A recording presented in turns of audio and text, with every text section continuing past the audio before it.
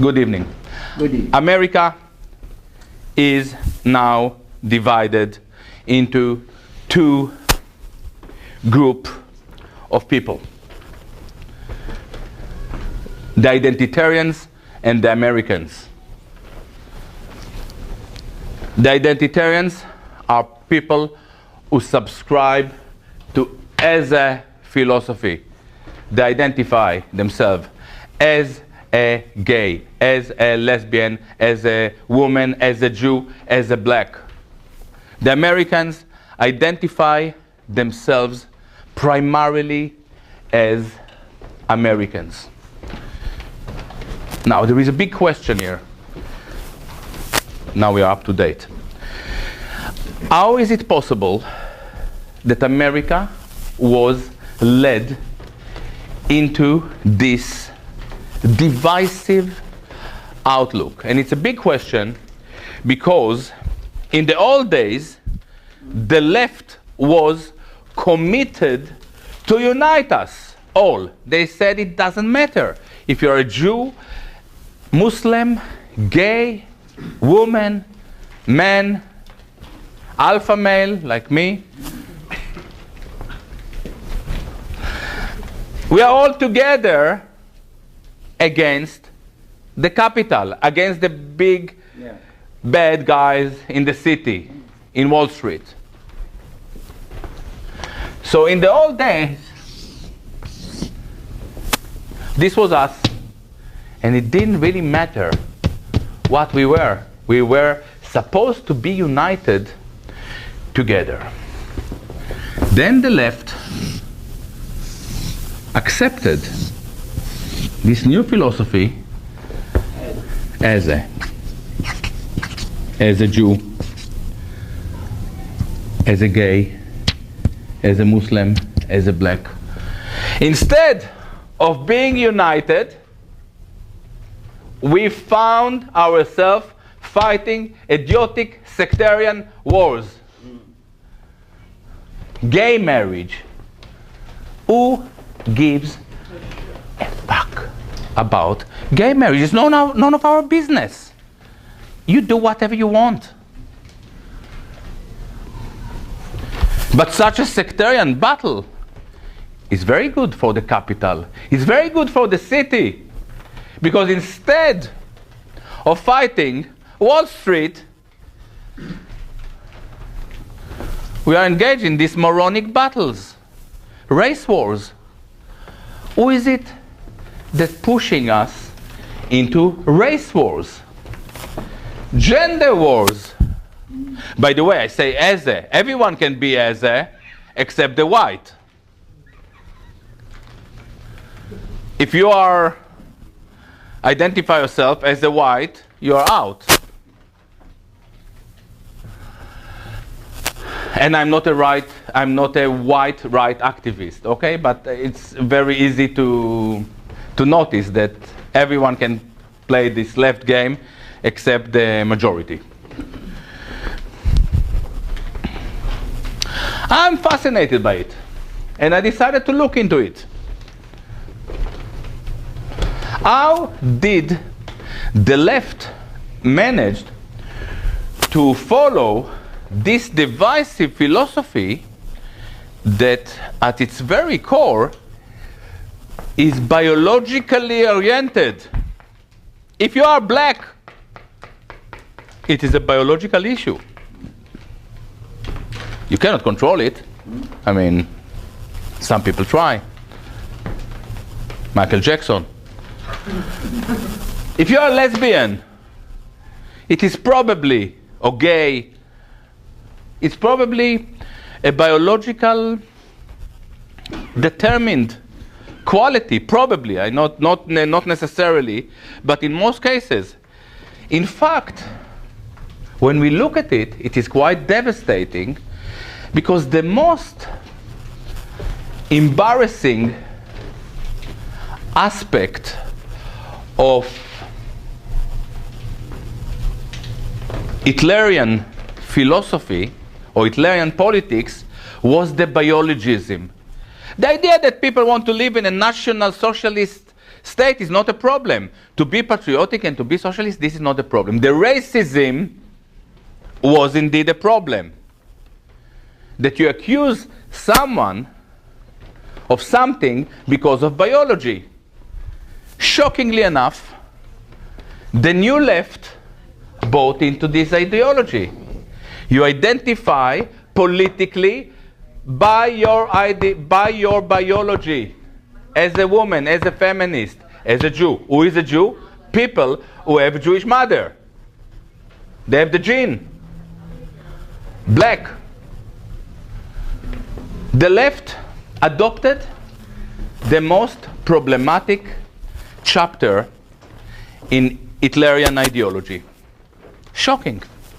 Not so shocking, because we will see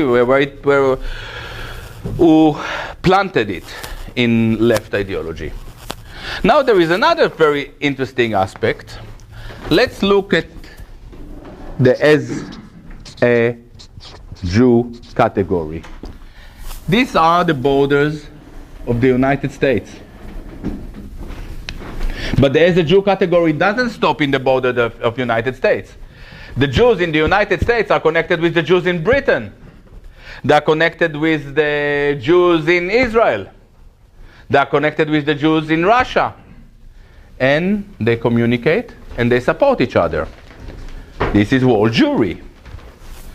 Once we start to think, to slice society into margins, everyone become part of a cosmopolitan discourse. The gays in New York are part of the American gays, they are part of the Russian gays, they are part of the English gays, they are all together. So if we have some issues with Putin and we can employ or implement some gay politics in Moscow, we will do it. This splicing of society, it's actually the cosmopolitization of the symptom. In practical terms, we made everyone into a Jew. But no one is as good as the Jews in being Jews. Because the Jews are doing it for 3,000 years. By the time I was 5 years old, I was more clever than the most sophisticated gay politician. Unless he's a Jew. All right? Why? It is in my language. Chosenness. And yet, we have to explain. I shouldn't do it again. No, don't do it. No, it's not good. We have to explain why the left betrayed the working class. Rather than uniting them, it divided them. Rather than looking after the prime interest, which is labor, production, work, health, and education, they start to talk about gay politics and all this fucking nonsense. And while they were fighting between each other on bullshit, globalization was taking over, and trade agreements were signed, and America was impoverished. And I'm talking about America, but it's the same in Britain, it's the same everywhere. Yeah. The left bought into it for a few reasons. The left is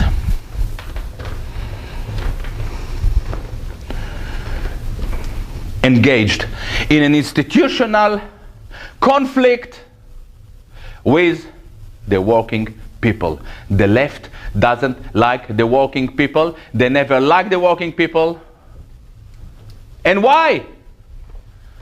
Because the working people always vote for the flag. The working people are always inspired by nationalism. And you know why? Because it is very simple. The flag is the most simple concept. If I'm Brit, I'm not a Brit, but if I'm British and I have the flag, Isaac Newton, Bertrand Russell, and Churchill become part of my extended family. If I'm an American putting the flag in front of my house, I'm a superpower. I won quite a few wars.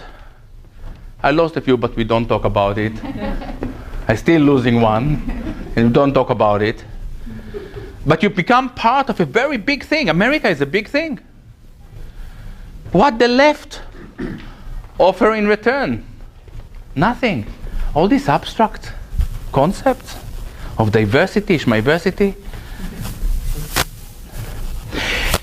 If you are a working person, you don't need identity politics. And you don't need to identify as a working person. You just go to work. I don't identify as a saxophonist. I am a saxophonist.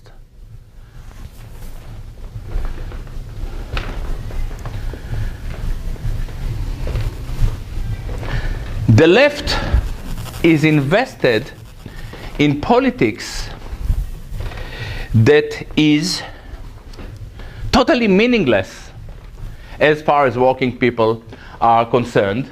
And this is why they always vote Tories in London, in Britain, and they tend to vote to the Republicans here, to the Republican Party.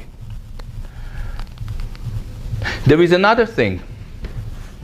What is the difference between left and right? The left is telling us what the world ought to be. We're supposed to live in equality. It's a beautiful ideas. Inequality, diversity, egalitarian. The right is telling us, I'm talking about ideological right, the right is telling us what the world is. People who have to take care of really bread and butter are not interested in what the world is ought to be. They want bread and butter on the table.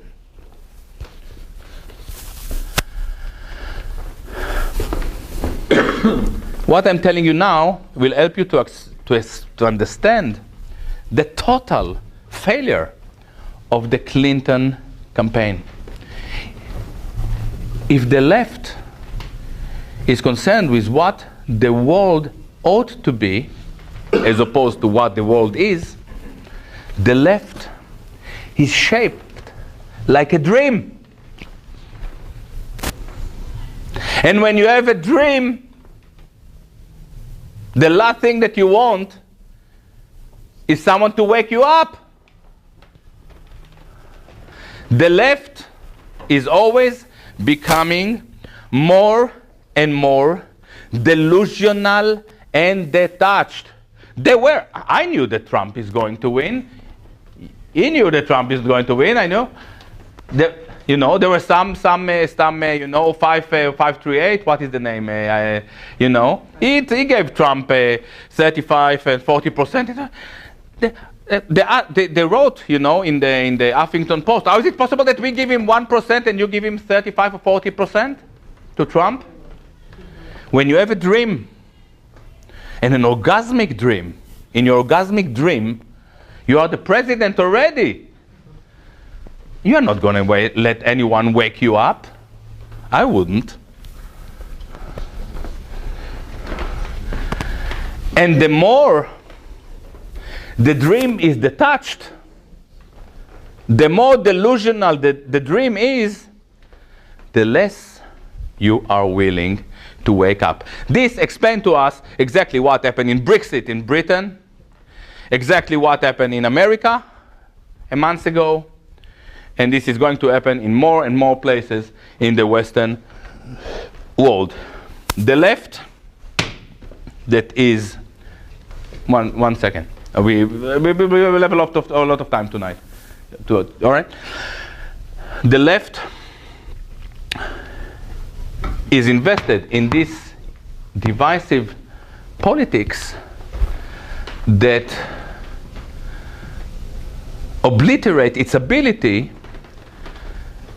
to see its own destruction, which is fascinating. But the left were not alone. The Jewish intelligentsia is also horrified by the concept of working people being united. And they have a good reason. Because Jewish modern history has proven to them that it is always the working class who turn against them. They saw it in Europe 60, 70 years ago. For the Jews, for the Jewish intelligentsia, breaking society into tribes is an insurance policy. And they are happy to invest a bit of money in it. And it doesn't cost a lot. What does it cost George Soros to fund each of these bodies? He's the one. It invest fraction of his billions. Black Lives Matter, BDS, gays, feminists, and so on and so on. So we are seeing here a symbiosis between left, that has become new left, compromised on every crucial left principle, funded by Jewish money, George Soros, but he's not alone. If you look at the five, when it was clear that Clinton was about to win, every Jewish outlet 1 week before the election bragged about the idea that 5 top donors for the Clinton campaign were Jews. Jewish Chronicle, JTA, Jewish Telegraphic Agency, Forward. They gave the names Soros, Saban, Pritzker, Goldman. By the way, when it became clear that this wasn't the case, they told us that Trump also was supported heavily by Adelson. So, and by the way, you may say, yeah, it's quite obvious. Adelson, he's making a living running all these casinos. He's better in gambling than Soros. But from a Jewish perspective, it doesn't matter. Because whoever going into the White House is in the pockets of one Jewish oligarch or another. Free America. People who feel for Palestine should think in really statistical terms. In America, the Jews are 2%. Most of them have nothing to do with it. It is just a fraction of the Jews who are involved in this game. Try to think how many Jews the Palestinians have to deal with. You cannot handle 2% of your population. In Palestine, they are the vast majority. We see this lethal emergence of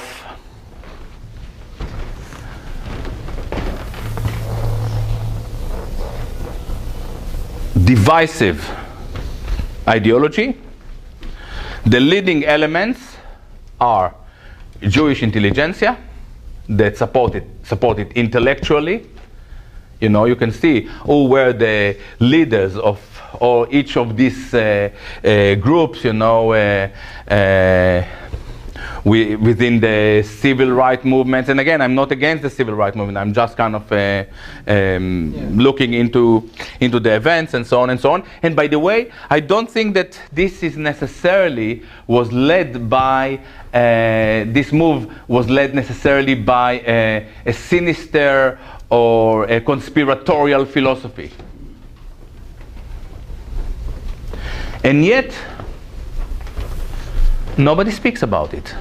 Nobody really speaks. It doesn't make sense that a saxophonist comes from Britain and speaks to you about your society and say things that I really cannot find in your press. Why? Not because you are stupid. You are stupid, but you are stupid to let it happen. It's not because you are stupid. It's because you cannot think properly. Why is it that you cannot think properly? Because you are castrated by the tyranny of correctness. You are castrated by the tyranny of correctness. What is the definition of Jewish power? This is my definition, but it's now becoming a universal definition. I'm very happy about it. I hope that I'll see some royalties out of it. I define Jewish power as the power to silence criticism of Jewish power. This is the real meaning of political correctness. Political correctness is politics that doesn't allow political criticism. Familiar? Must be familiar to you. Political correctness is politics that doesn't allow political criticism. This is, ladies and gentlemen, the definition of tyranny. Absolutely. Yeah. But tyranny is not as bad. Because in the case of tyranny, at least you know to yourself that you really don't like Stalin. You don't like Hollande. You don't like Tony Blair. But in the case of political correctness, you're not even allowed to know what is it that you don't like. Because political correctness works on castration. It castrates your ability to think.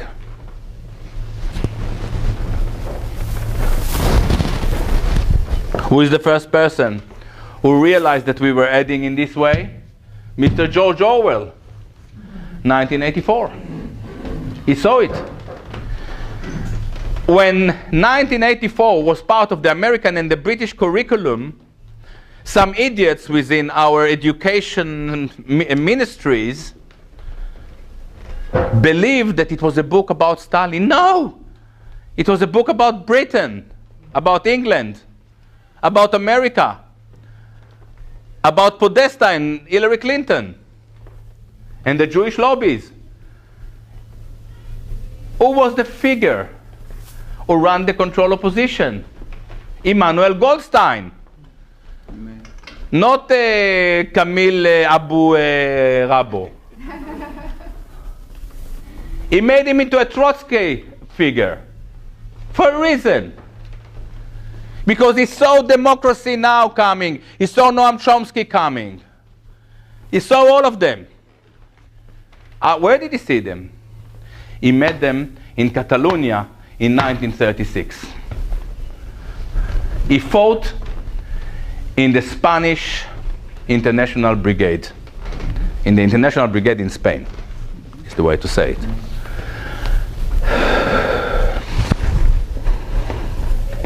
And the International Brigade in Spain spoke Yiddish. Because 75% of the combatants were Jews. And by the way, they were good Jews.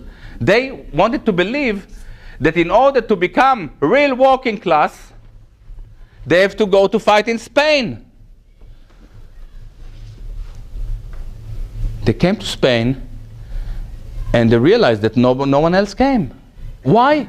You know why? Because the working class couldn't come. They had to go to work. Working class are the people who go to work in the morning. The Jews who identify as working class go to fight in Spain and burn churches in the name of working class politics. This is fucking bizarre. You can't imagine how many good friends I lost for just revealing that. Orwell fought with these people, with the democracy laters, with real Jews and Paul Jay. He knew them, with the Chomskys. He saw their fraudulent, duplicitous qualities. And interestingly enough, Orwell never wrote an anti-Semitic text. He wasn't an anti-Semite. But he was blamed of being an anti-Semite. Who else is blamed of being an anti-Semite? Everybody. But even the Jews. Everybody. No. Donald Trump. Donald Trump is blamed of being anti-Semitic, which is quite shocking considering the fact that he has a Jewish daughter. All apparently, except his young son, all his other kids are either married or dating with Jews. Once he was elected, I read that some Jews already see him as the first Jewish president. They move quite fast, you have to admit. you know. Why was Trump accused of being anti-Semitic? Nationalist. He's a nationalist. Because he's nationalist. And if you're a nationalist, you want to abolish this. But there are a few other reasons. He was accused of being an anti-Semite because many of his supporters are patriotic. They are patriotic. And our Jewish intelligentsia doesn't like patriotism at large. What was so frightening for the Jews about the Americans who happen to be patriotic in Michigan? I tell you what it is, and this is frightening.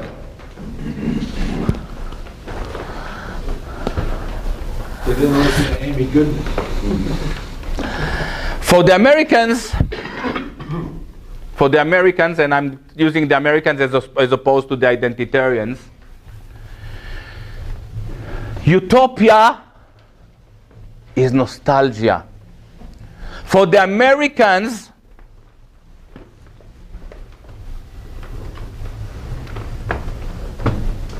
Trump was a hero because his logo was "Let's make America great again."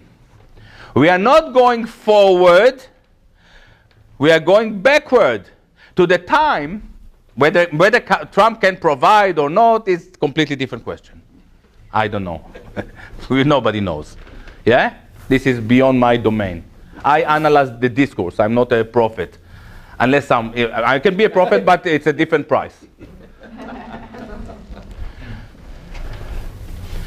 Now,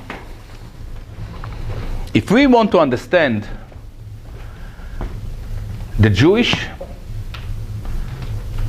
aggression, what it really means, we have to understand why they were so fearful about American patriots who want to turn the wheel backward. The reason, I believe, psychoanalytically, is because the Jews in the Forward, in the GTA, in Washington Post, in the New York Times, that were labeling white Americans as racist and so on and anti-Semite, it was shocking to read. Those Jews believe that the American patriots are longing for those days when America wasn't dominated by Jewish Mammonites, such as Goldman Sachs, Soros, and so on, Saban. They were afraid that those Americans are ecstatic about the return of Henry Ford. People go to work in the morning, day after day, and in the end of the month, they buy something that they don't really need, but they can afford. And it doesn't matter if they don't really need it. It doesn't matter if they buy Gilad Atzmon's book, which they cannot read, because Gilad Atzmon now have enough money to buy the car that they made, which he also doesn't need. This was when America was functioning society. What is the most important work of Chomsky? His attack on Bernays, on manufacturing consent. Yeah. Not that I think that manufacturing consent is a nice thing, but shockingly enough, Americans are actually longing for this kind of economy. Economy that they can have work and they buy whatever they want, regardless if they need or regardless of their needs. What is shocking is that no one in Michigan really blames yet the Jews for this disaster. This is very important. The Jews are afraid that those white Americans, rednecks, as they call them, white supremacists, want to throw the Jews to the sea, to push them to the sea, but it's in their mind. We don't have any evidence that this is indeed the case. Trump is pro-Israel, pro-Jewish, let his kids marry Jews, is surrounded by Jewish Mammonites. He takes money from Edelson. What we really see, this aggression is a symptom of Jewish guilt. If you want to understand Jewish guilt, you always have to follow Jewish aggression. The Jewish aggression against the so-called white supremacist rednecks, basically the American people, is because, by the way, it's not all Jews. I'm talking about the Jewish intelligentsia, about Forward, about the Jewish left. It is because they understand that Detroit is a desert because of Wall Street. So when Trump put in his closing ad, he put Soros, Janet Yellen, and few other, and Goldman Sachs, or whatever, they understand that people may link it with them, but no one did, actually. You have to put Soros. He is an active player who happened to be a Jewish Mammonite. You have to put Goldman Sachs. They are active player in the destruction of the Western universe.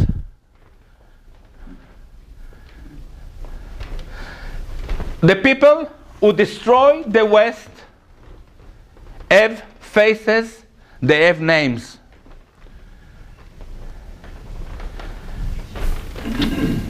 And we are entitled to put our finger at them. This system was invented to avoid such a fingering, because this system leads to gender wars, race wars, religion wars,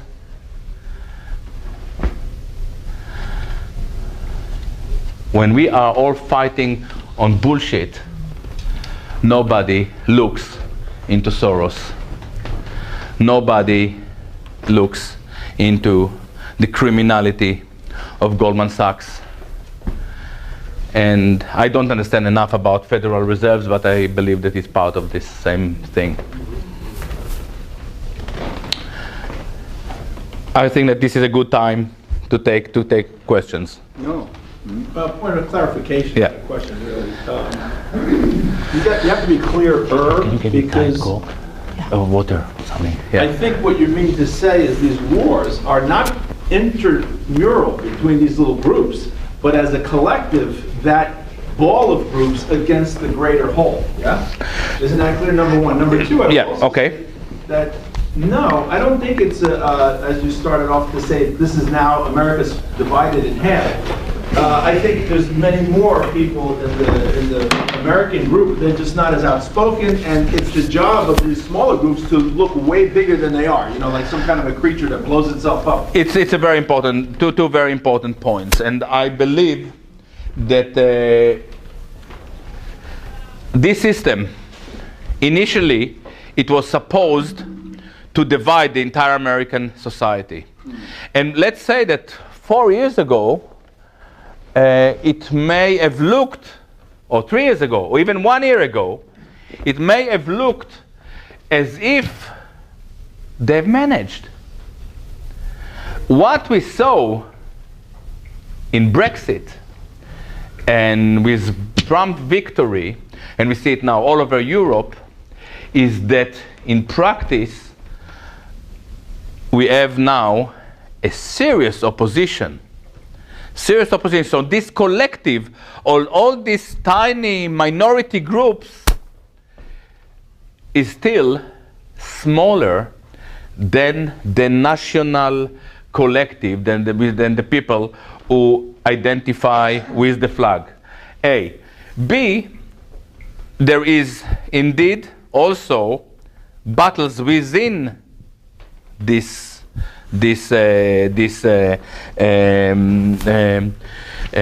spliced society. Now, what you're saying about the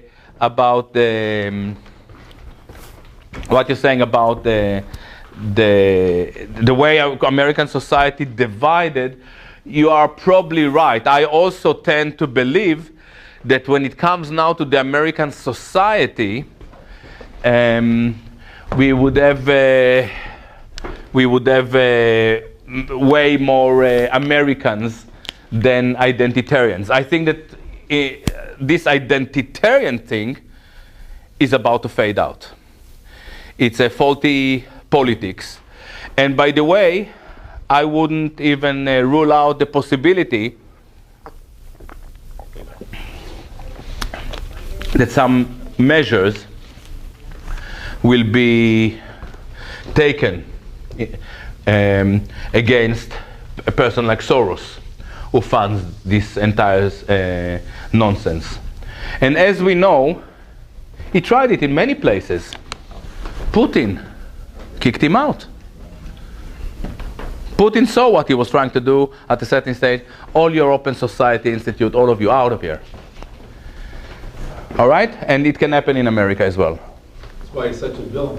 And also being one of these fractions, by definition, means you can't really criticize the other fractions either. You all have to be together and criticize the outer group. This is a very interesting question. I thought about it today. A friend of mine in England, musician, slightly forceful and vocal lady.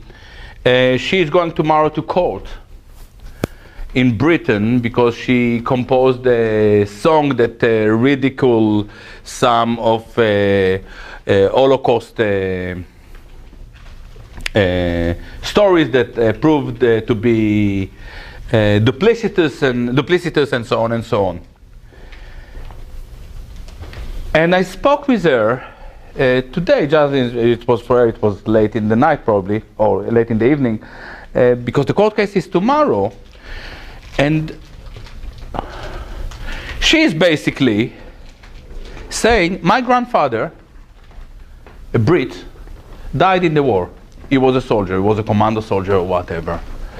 You know, we suffered in the family. My grandmother didn't, my mother was deprived and so on and so on. This war belonged to us as well. Nobody would stop a Jew from looking into my history or even making a kind of a funny song about the British Army in the war, as they did. But we are not allowed to look into them. We are not allowed to revision their history. All right? So the relationship between these groups are also very, very interesting. What is very, very telling when we try to understand it, as I mentioned here, this division society into identity groups was a Jewish New Left project. Who were the first people who understand that this is a disaster? The Zionists, the Israelis. They came to the Jews and told them, are you crazy? You talk as a Jew? What does it mean to be in Brooklyn and to talk as a Jew? But what does it mean? That you eat matzah balls? What does it mean? Come to Israel and be a Jew. We will teach you how to fly a F-16 or to drive a tank. Every 2 years you will have a war, you know, you can kill Palestinians, you know, then Saturday you go, you meet some Israeli girls on the beach, they are very liberal. I know, I've been there. A lot of fun.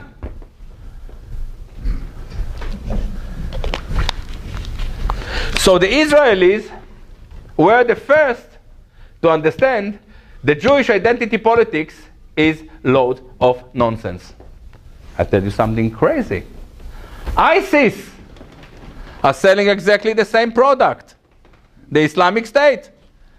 It tells Muslims in Brooklyn or Muslims in Paris, are you crazy? You're talking as a Muslim in Paris? They don't even allow you to your girlfriend to go with burqa. Come to Raqqa and be a Muslim. Come to Mosul. The Scots, 2 years ago, said, as a Scot? No, we are Scots. Get the hell out of here. Half of the Scottish want to split. And now, by the way, it's way more than that, which means that they won't have referendum. They do referendum only when they think that they win, and they don't. Yeah? Brexit. Suddenly, the majority of the Brits said, enough! English, British. Now, if you take London out of the statistics, and Scotland, you just try to annoy the Brits, you realize that wherever you walk in Britain, it's like 85% Brexit. Hardcore nationalism. And by the way, Soros promised us financial annihilation within days. I can tell you that not only that he was wrong, by the way, and the Guardian let him publish. He was gambling on our choice. And the Guardian of Judea, this is how we call this awful paper, the Guardian of Judea provided him with free publicity. They let him publish his predictions while he was gambling on the results. He was wrong. Apparently, we have a lot of work coming back to Britain. And this is within weeks. The unemployment is 10 years low. It's fascinating. It can happen in America. If you decide what cars you buy and what cars you don't buy, I mean, it's a free country. So if you buy Ford, it costs you $10,000. If you want to buy Toyota, it will cost you $70,000. You will have a lot of Fords on the street. When I drive in America, I hardly see American cars. It's very easy to bring industry back, regardless of robotics. You can even say, you know what? If you use more labor, we give you kind of tax credits. Why, you need a saxophonist to tell you how to do it?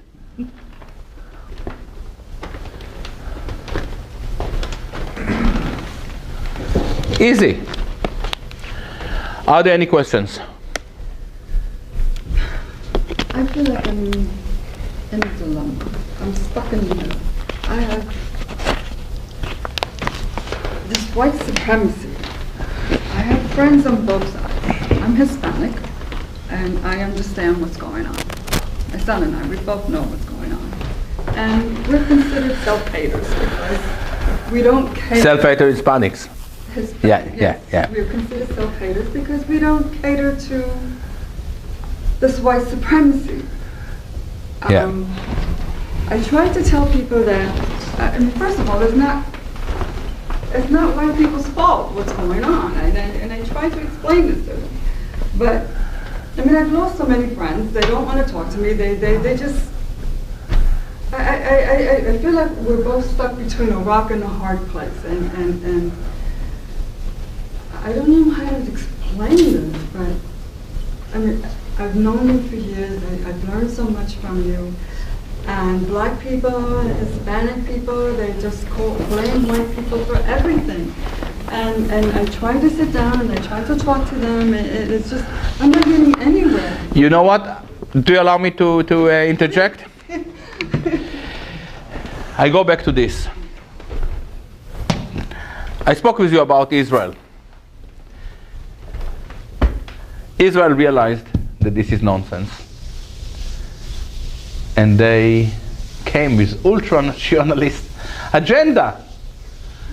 And you come to Israel and it doesn't matter if you're from Brooklyn or from anywhere, you're fucking Israeli. Why?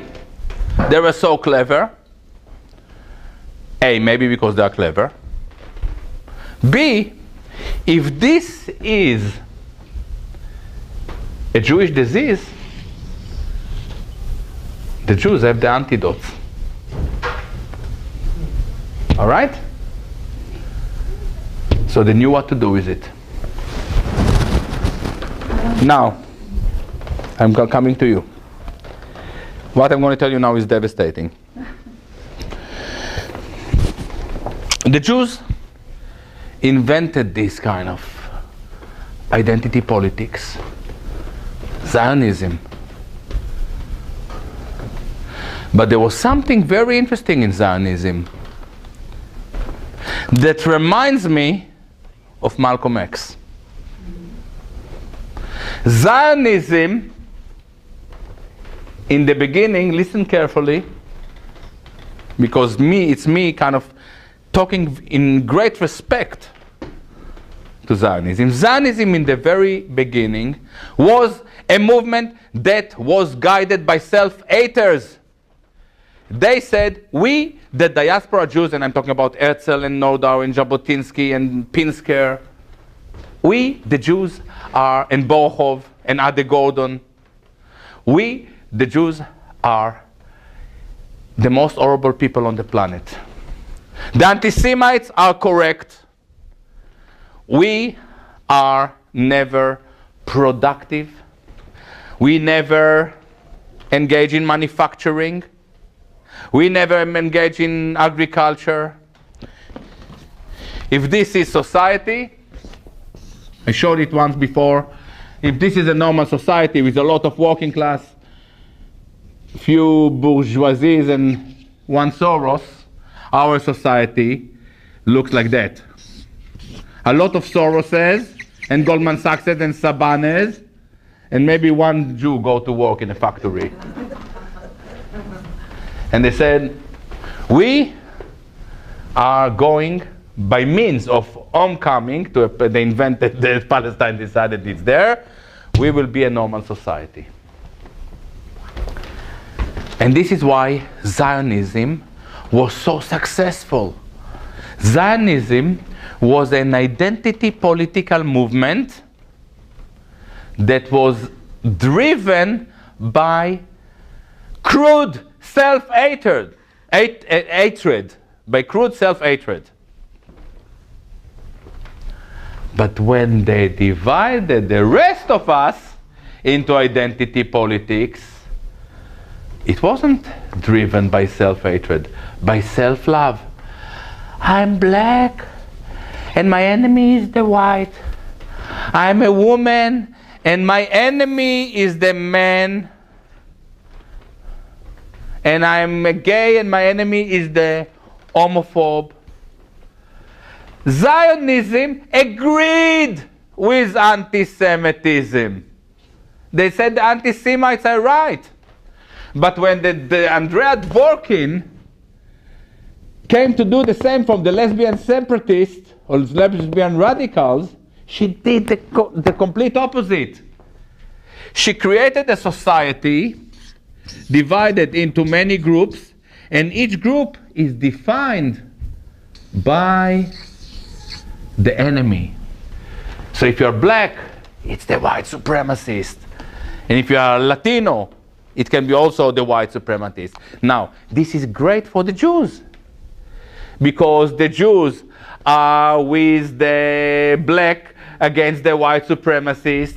They are with the women against the white male. They are against... They're having a party. Yeah, but we go crazy. Yeah, for sure, for sure. But now, this disaster backfired. I wrote not me, Gilad Atzmon, which is my, he wrote a poem today. I read it to you, no? That's it. First, they came for the anti-Semites. Then they came for the Holocaust deniers. Then they came for the white supremacists and the rednecks and the goyim and the deplorables, and then Trump was elected. It is so simple. They screwed up the system so much. Now, if there would be work, it would work. When Bernays, who was quite an awful guy, had this system, do you know who Bernays was? Edward Bernays, yeah? Right. Yeah, a lot of people associate him with Freud because they were family, he was his nephew. He was Freud's nephew, but actually, I'm not so sure that intellectually for me, it was more of a behaviorist than a Freudian. What Bernays did, he identified how to turn the desire into the driving force of American economy.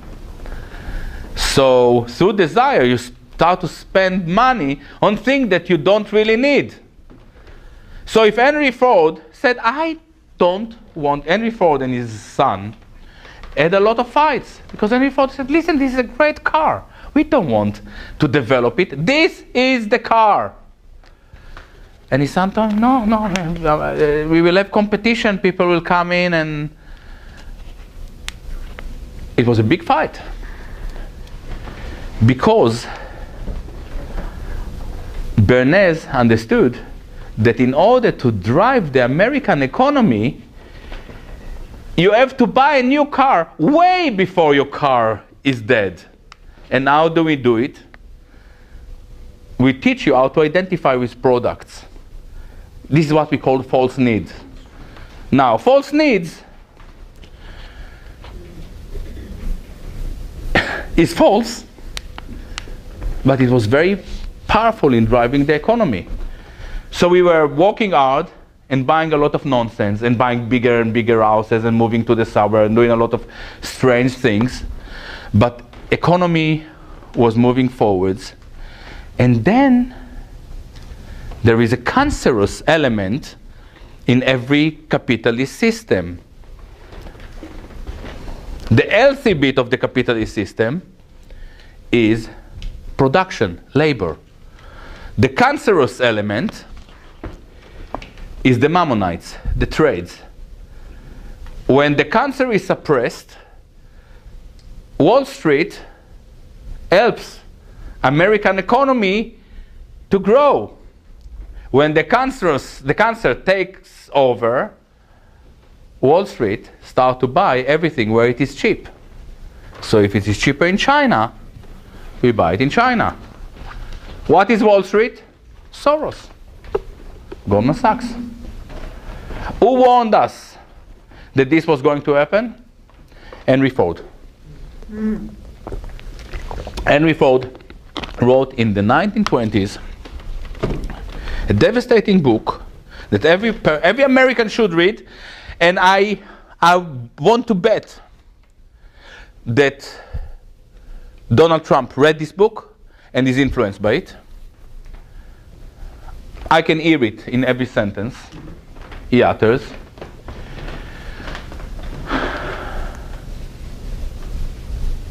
Henry Ford said in 1920, we have production and we have Wall Street. Wall Street is ruled by the international Jews. He didn't say the Jews. He said the international Jews. He said these few Jews who destroy one country after the other. This is not me. This is Henry Ford. He said, if we go in that direction, our society will be obliterated, and Clinton would lose the election. It was 100 days ago when he predicted it. And she did. She lost. Because Americans say, we had enough. We had enough of this mammonism. They want to believe that Trump can change it. I'm not so sure that he can. What we know so far is that a lot of Americans are tired. Whether Trump, and we know definitely that Trump knew how to capitalize on it. Whether he can bring a change alone, inshallah, I don't know. Nobody knows. He definitely doesn't know because he doesn't have any experience in anything as such. But I think that he's a very interesting character. Sorry. Yes, there's a book written by Rudolf Lowenstein called The Psychoanalysis of Anti-Semitism in French. And he felt, he said in his book, he said, both the Germans and the Jews are dominator peoples, so they were bound to come in conflict with each other. And I guess what disturbs me more, one says what the Jews have done to Palestinians, what they've done to the world. And more than anything, the right to think, the right to create. I mean, even in art, they oppress. In art, in academia. And is that intelligence? It's domination. You can't dominate and relate. It's one or the other. This is a slide. This is a very interesting topic. To start with, I think that quite a few Jews in the last 100 years contributed a lot. Whether this contribution has any merits in it. Do you think that in 100 years anyone would know who Noam Chomsky was? Bernard-Henri Lévy? Alan Dershowitz? Bob Dylan playing on harmonica and managed to get the Nobel Prize? Yeah. Would anyone listen to it? Will it survive the way Bach survived? I don't think so. This is my take. And it applies also to my music. All right? So, but I, in my new work, actually follow Slezkin, Yuri Slezkin, who wrote a very interesting book called The Jewish Century. And in the Jewish Century, Slezkin says, this is the first paragraph, and it's not verbatim. He says, by now, each of us is, to a certain extent, a Jew.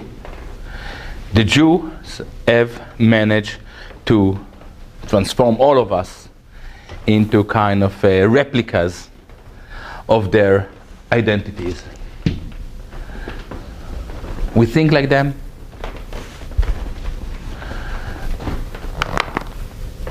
And this is coming now into a conflict. Why?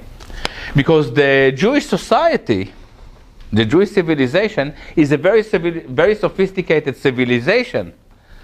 It survived for 3,000 years. Hitler comes, he destroyed them. Now they come, hey, we won! They're very, very sophisticated. But we come back to your point, they are very sophisticated as long as they can create an enemy. So they come to Palestine and say, hey, we are going to walk. But then they're bored. They don't remember who they are.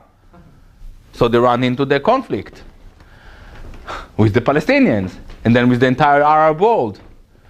And then they're happy. And they build nuclear bombs and everybody is afraid of, hey, it's so happy, nuclear bomb, oi, oi, oi. It's quite sophisticated. You know, there is Trump coming. Oh, he's an anti-Semite. They start a war out of the blue. There is a movement called JVP. Have you heard about them? Jewish Voice for Peace. Of course. A bunch of lunatics. Bunch of lunatics. It's unbelievable. Trump is not yet in office. They are called Jewish Voice for Peace. It's not a kind of a prostate institution. It's peace, yani universal harmony. Peace. Making peace. They already started the war. How can you be Jewish Voice for Peace if all you do is starting wars?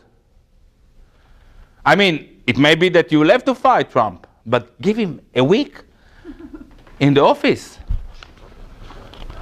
What is going on with you guys? Okay, we are going to make kind of a 15 minutes break.